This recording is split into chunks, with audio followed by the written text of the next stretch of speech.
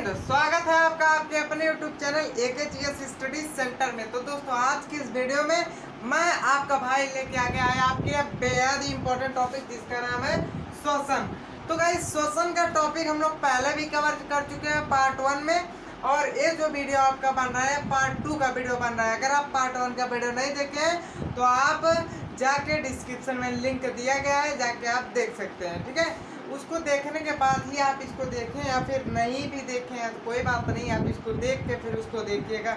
हालांकि अगर उसको देख के आप इसको देखेंगे तो बहुत ही अच्छा होगा। ठीक है, क्योंकि यह जो है पार्ट 2 है। कौन सा पार्ट है? तो भैया पार्ट 2 है। ठीक है, और इसके पहले आपको पार्ट 1 पढ़ा दिया गया है।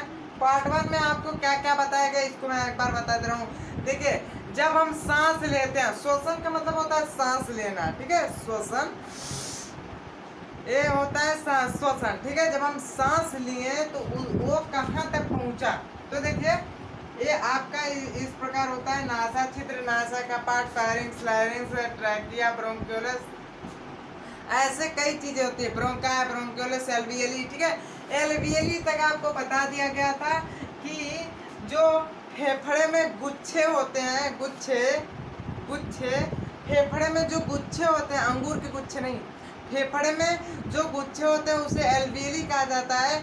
और कोरोना में यही एल्वियली कोरोना वायरस से भर जाता है, और टीबी में टीबी के जो वायरस होते हैं वो यही एल्वियलो को खा जाते हैं। तो भाई, अगर आप एल्वियलो को जानने चाहते हैं डिटेल से कि क्या होता है निमोनिया, सिमोनिया, कोरोना में, तो आप पिछले वीडियो में विजिट कर सकते हैं। आज की इस वीडियो में हम लोग पढ़ेंगे कि जहाँ मतलब हम जब सांस लेते हैं तो ऑक्सीजन कहाँ तक आ जाती है? फेफड़े तक। फेफड़े के बाद वह किस प्रकार हमारी मतलब कोशिका में जाती है, उसको आज इस वीडियो में चर्चा करने वाले हैं। तो चलिए देखते हैं।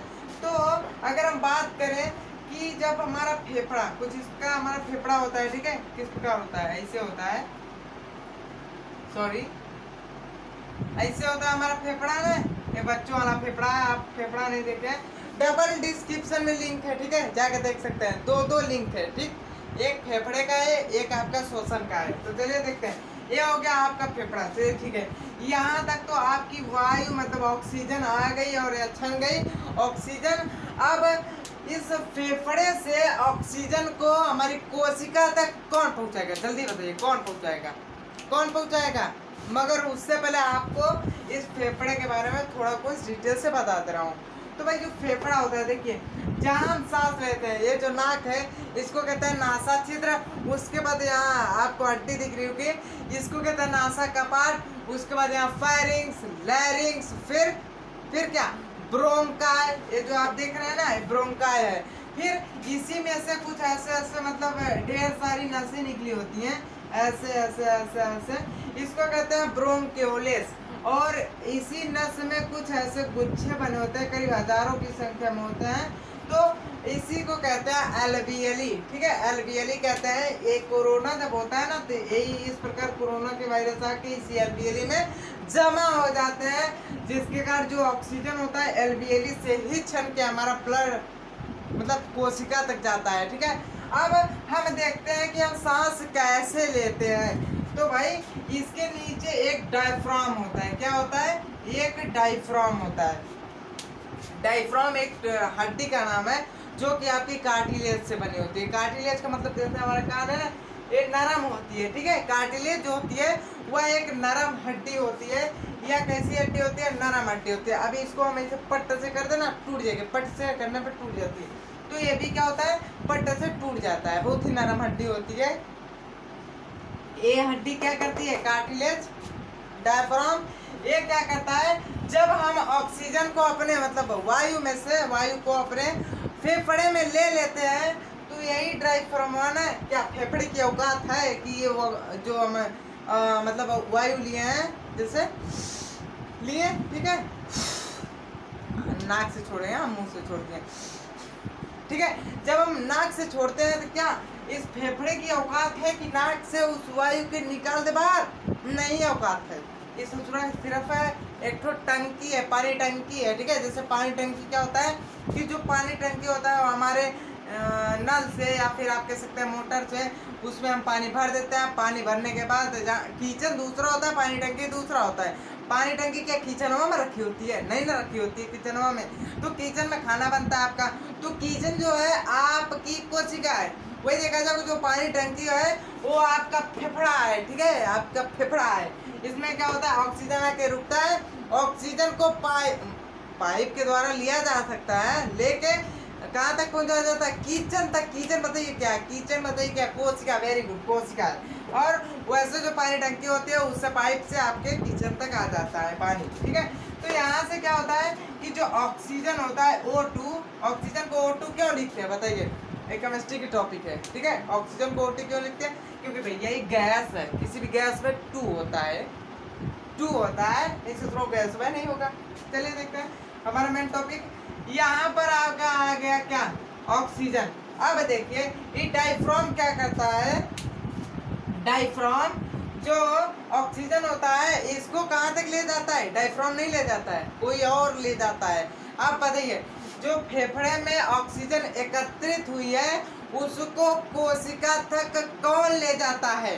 जल्दी बताइए, जल्दी। यूट्यूब क्यों आप बता सकते हैं अगर आप थोड़ा सा भी कॉन्सेप्ट अपने बॉडी में दिए होंगे तो चलिए देखते हैं हमारी बॉडी में ऐसा क्या चीज़ है जो हर जगह होता है, हर जगह, कहीं भी, यानी कहीं भी, ठीक है, कहीं भी।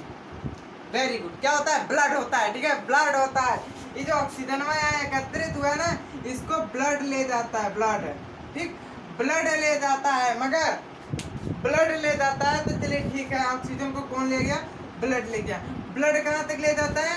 सेल तक ले जाता है। कहाँ तक ले जाता है? सेल तक, कोशिका तक ले जाता है। और कोशिका में बताइए किसको देता है? किसको देता है? जो ऊर्जा होती है, ऊर्जा का निर्माण कौन करता है? ऊर्जा का निर्माण कौन करता है? माइटोकॉन्ड्रिया। कौन करता है? माइटोकॉन्ड्रिया। तो इस जो कोशिका होती है ना ये दे देती है माइटोकॉन्ड्रिया को, ठीक है, कॉन्ड्रिया को दे देती है। कौन? कोशिका। देखिए कैसे जाता है हमारा ऑक्सीजन जो हमारे फेफड़े में मौजूद है।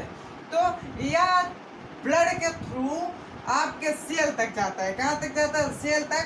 उसके बाद सेल से, सेल जो होता है आपके माइटोकॉन्ड्रिया को दे देता है। माइटोकॉन्ड्रिया एक साइकिल चला के प्रोटीन का निर्माण करता है। बताइए उस साइकिल का क्या नाम है? क्या नाम है? नहीं सुने? कोई बात नहीं, मैं आपको बता दे रहा हूँ। मैं किस लिए हूँ यहाँ? आपको बताने के लिए। चलिए देखते हैं जो सेल होता है माइटोकॉन्ड्रिया को दे देता है। माइटोकॉन्ड्रिया एक साइकिल चलाता है जिसका नाम होता है क्राफ्ट साइकिल। कौन सा साइकिल? Craft cycle. अब जब क्राफ्ट साइकिल चलाता है माइटोकॉन्ड्रिया उसके बाद हमारे शरीर में किसका निर्माण होता है? एटीपी का निर्माण होता है। किसका? एटीपी, एडेनोसिन ट्राइफॉस्फेट, ठीक है, एडेनोसिन ट्राइफॉस्फेट। एटीपी का निर्माण होता है किसके द्वारा? माइटोकॉन्ड्रिया के द्वारा, माइटोकॉन्ड्रिया के द्वारा। मगर एटीपी के जो बनने का जड़ है उस कौन जड़ है? वो ऑक्सीजनवा जड़ है। कौन है? ऑक्सीजनवा, ठीक है। अब देखिए आपको पता है ब्लड लेके आता है। अब एटीपी बन गया इधर, तो एटीपी से पहले, बनाने से पहले, चलिए ठीक है एटीपी बन गया। कितना एटीपी बनता है इसको बताइए आप, कितना एटीपी बनता है? तो अगर आप नहीं जानते तो बता दें आपको, 38 एटीपी का निर्माण होता है जब हम एक बार सांस लेते हैं। तो 38 एटीपी बन गया।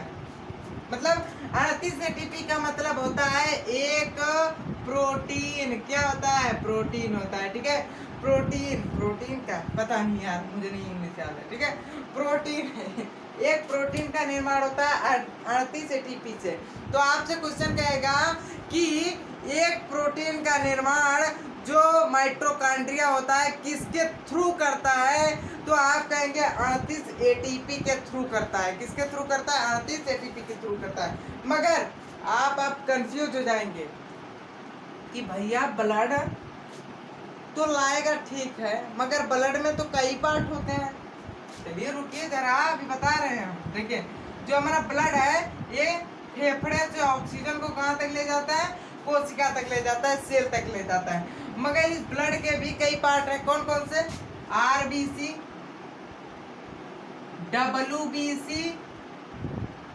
डब्ल्यूबीसी और बताइए प्लेटलेट, ठीक है।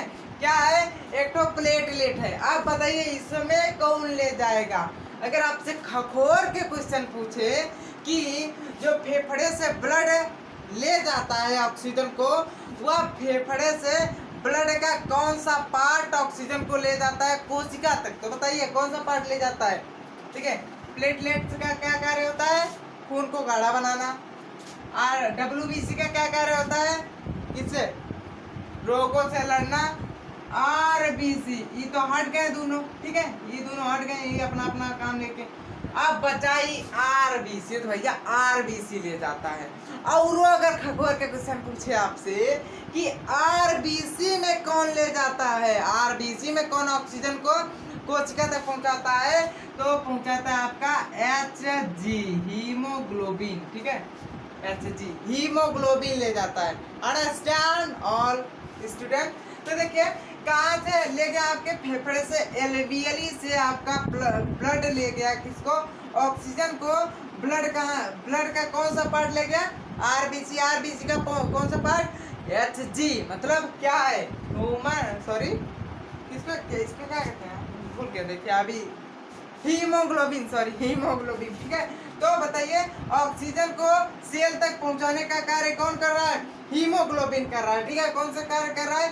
हीमोग्लोबिन। हमें यहाँ ब्लड काट के हीमोग्लोबिन ही लिख देते हैं, Hg लिख देते हैं, हीमोग्लोबिन। ठीक है, हीमोग्लोबिन आपका ऑक्सीजन को सेल तक पहुंचाता है। अब ये माइटोकॉन्ड्रिया को दे देता है। माइटोकॉन्ड्रिया क्या करता है? और 38 ATP का निर्माण करता है। 38 ATP से आपका एक प्रोटीन का निर्माण होता है, जिससे हमें ऊर्जा मिलती है। अब बताइए ऊर्जा गृह किसे कहते हैं? Power house of our body is known as mitochondria. ठीक है, माइटोकॉन्ड्रिया को क्या कहते हैं? हमारे शरीर की ऊर्जा गृह या फिर पावर हाउस कहते हैं माइटोकॉन्ड्रिया को। अब देखिए ये डायफ्राम आपको यहाँ फालतू में मैं बताया नहीं, फालतू में नहीं बताया, अभी मैं बता रहा हूँ डायफ्राम क्या कार्य करता है। तो भैया जब डायफ्राम कार्य कौन सा करता है? जब हम सांस लेते हैं तो लेने को तो हम फेफड़े से ले लेते हैं, मगर छोड़ने की औकात नहीं है फेफड़े की, इसलिए डायफ्राम क्या करता है? थोड़ा सा फेफड़े को दबा देता है और या सांस जो है चली जाती है कहाँ? बाहर। अब देखिए कौन सी सांस जाती है, इसको देखिए। Hg जो है यहाँ से ऑक्सीजन को लेके आया सेल में, किसके थ्रू लेके आया? ब्लड के थ्रू। ठीक है, Hg लेके आया किसके तरफ? ब्लड चचा धक्का मारिए। ठीक है, Hg खुद ही नहीं धक्का मारवाता है, ब्लड चचा को कहता है चचा धक्का मारिए, तो अभी कहता है Hg आ गया, हीमोग्लोबिन लीजिए ऑक्सीजन लीजिए। ये सबको बांट के उसके बाद कहता है दक्षिणा दीजिए। काहे का दक्षिणा? हाँ, ये अपना भी एक तो दिहाड़ी मांगता है, अपना भी वो मांगता है, मतलब दक्षिणा मांगता है। तो इसको क्या मिलता है? कार्बन डाइऑक्साइड मिलता है। जो कार्बन डाइऑक्साइड आपका कोशिका में खराब पड़ा हुआ है उसको लेके आता है और इस सेल के माध्यम से Hg के माध्यम से आपके इसमें एल्वियली से नाक तक। लीजिए फेफड़ा चचा, इसको उड़ा दीजिए। कहाँ उड़ा दीजिए? बाहर फेंक दीजिए। किसको? कार्बन डाइऑक्साइड को। अब पता चला कि जो हीमोग्लोबिन होता है या हमारे ब्लड सर्कुलेशन या फिर कह सकते हैं हमारे शरीर के लिए बहुत ही इम्पोर्टेंट होता है। अगर यही Hg आपका कम हो जाएगा तो आप एकदम सुस्त लुल्ल हो जाएंगे। ठीक है, लुल्ल होने का मतलब समझ रहे हैं, सुस्त हो जाएंगे। ठीक है, तो Hg का कार्य क्या होता है? हीमोग्लोबिन का कार्य क्या होता है? एल्वियली से ऑक्सीजन को लेकर सेल तक पहुंचाना। सेल माइटोकॉन्ड्रिया को देते हैं। 38 ATP का निर्माण होगा, जिसको हम क्रेब्स साइकिल के नाम से जानते हैं। 38 ATP से आपका एक प्रोटीन का निर्माण होता है। डायफ्राम का कार्य अब हम जान लेते हैं। तो डायफ्राम क्या करता है? इसको पंप का मतलब ये जो फेफड़ा है इसको दबा देता है और ऑक्सीजन बाहर निकल जाती है। ऑक्सीजन निकलती है? नहीं, ऑक्सीजन नहीं निकलती है। क्या निकलता है? CO2 निकलता है, कार्बन डाइऑक्साइड निकलता है। मगर आप देखे होंगे कि जो महिलाएं होती हैं, ठीक है, कभी कभी प्रेग्नेंट महिलाएं, उनका इस डायफ्रामा के नीचे में यहाँ गर्भाशय होता है। ठीक है, क्या होता है? गर्भाशय होता है। तो जब ये नीचे आएगा डायफ्राम, तो गर्भाशय में जब जो प्रेग्नेंट महिला होती है, यहाँ बच्चा पल रहा है, अब भाई नीचे आएगा तो थोड़ा बचवा तो दब जाएगा, बचवा दब के मार हो जाएगा। तो मर गई लो बच्चा, नहीं बच्चा मरेगा नहीं, बच्चा कहेगा ए डायफ्राम चाचा अभी ऊपर है रहिए, इधर हम रहेंगे आगे बहुत देर तक रहेंगे, करीब 8-9 महीना तक। तो कहता है दूर ससुरा तब तो तेरी बतरिया मर जाएगी।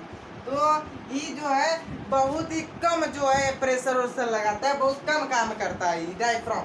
तो आप बताइए कि और क्या तब मतलब जो एक काम कर रहा था, जो कार्बन डाइऑक्साइड हमारे फेफड़े में आई उसको बाहर निकालने का काम डायफ्राम कर रहा था, अभी तो सुस्त हो गया, मतलब काम वाम करना छोड़ दिया। तो बताइए अब कौन काम करेगा, कार्बन डाइऑक्साइड को बाहर निकालेगा? तो बताइए कौन निकालेगा? रिप्स निकालेंगी।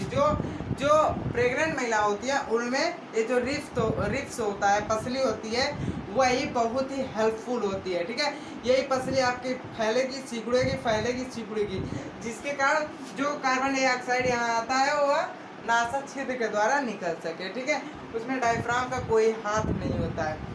अब कभी कभी क्या होता है कि एक्सीडेंट हो जाता है तो यही डायफ्राम टूट जाता है। तो बताइए यहाँ आपके डायफ्राम होता है यहाँ नीचे, ठीक है, यही डायफ्राम है। अब जब यही डायफ्राम टूट गया तो शख्सियत तो ले लेगा, मगर निकालेगा कैसे? अरे भैया कोई चीज़ आया है तो उसको जाना भी तो जरूरी है, जाना जरूरी है कि नहीं? अब ऑक्सीजन तो आ गया, ठीक है, क्रैप साइकिल हो गया, चल गया, एक तो ओटीपी नहीं, एटीपी का निर्माण हो गया, प्रोटीन सोटीन बन गया। अब जो यहाँ से हीमोग्लोबिन कार्बन डाइऑक्साइड लेके आया है फेफड़वा में, तो उसको ढेलने का काम, ढकेलने का काम ही तो ये कर रहा था।